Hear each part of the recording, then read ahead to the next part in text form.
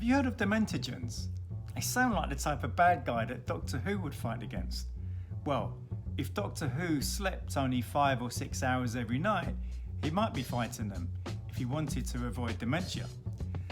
Dementogens are the things that cause dementia. They damage our brain. An inflammatory diet is the #1 cause of dementogens. Processed food, sugar, starch, lack of protective nutrients, and allergens like gluten and dairy can also be. Lack of exercise is also a dementogen because exercise is one of the best ways to activate BDNF, which is the miracle growth for our brain. Other dementogens are stress, environmental toxins like heavy metals, mercury and lead, lack of relationships, lack of social connections, social interactions. These all affect our brain and make it decline and are dementogens. But a major dementogen is lack of sleep. Every night, your brain has to clean up the garbage from the glymphatic system. It's like the lymph system of our brain. Now, when you don't have a good quality sleep, you can't get rid of all that metabolic waste. It's one of the most metabolically active organs in the body. And there is a lot of waste that's produced as a result of all that metabolic activity. The body cleans it up by the glymphatic system, which is active at night. So sleep is absolutely critical for this process.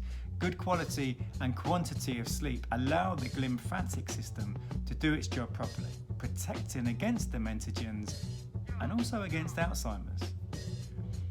This is another reason it's vital to make sleep a priority and to ensure you get at least 7 hours sleep a night as often as possible. I help my clients to think about creating health, to look at the body as a whole system, to look at sleep, breathing, nutrition, movement, and mindset, to optimize the essential functions of our body to create health. By helping the people I work with improve their sleep quality and quantity, they get more deep sleep and REM sleep.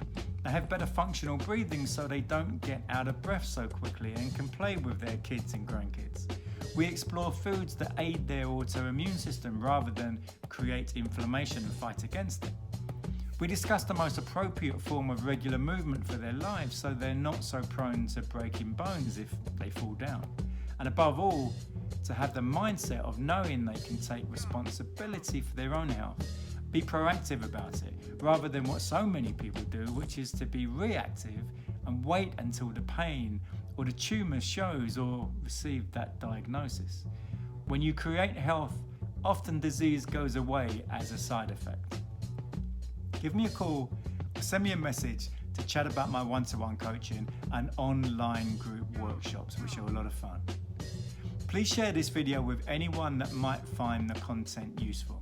And give the video a like, which helps it to be seen by more people. Thank you. And you might find one of these 2 videos useful.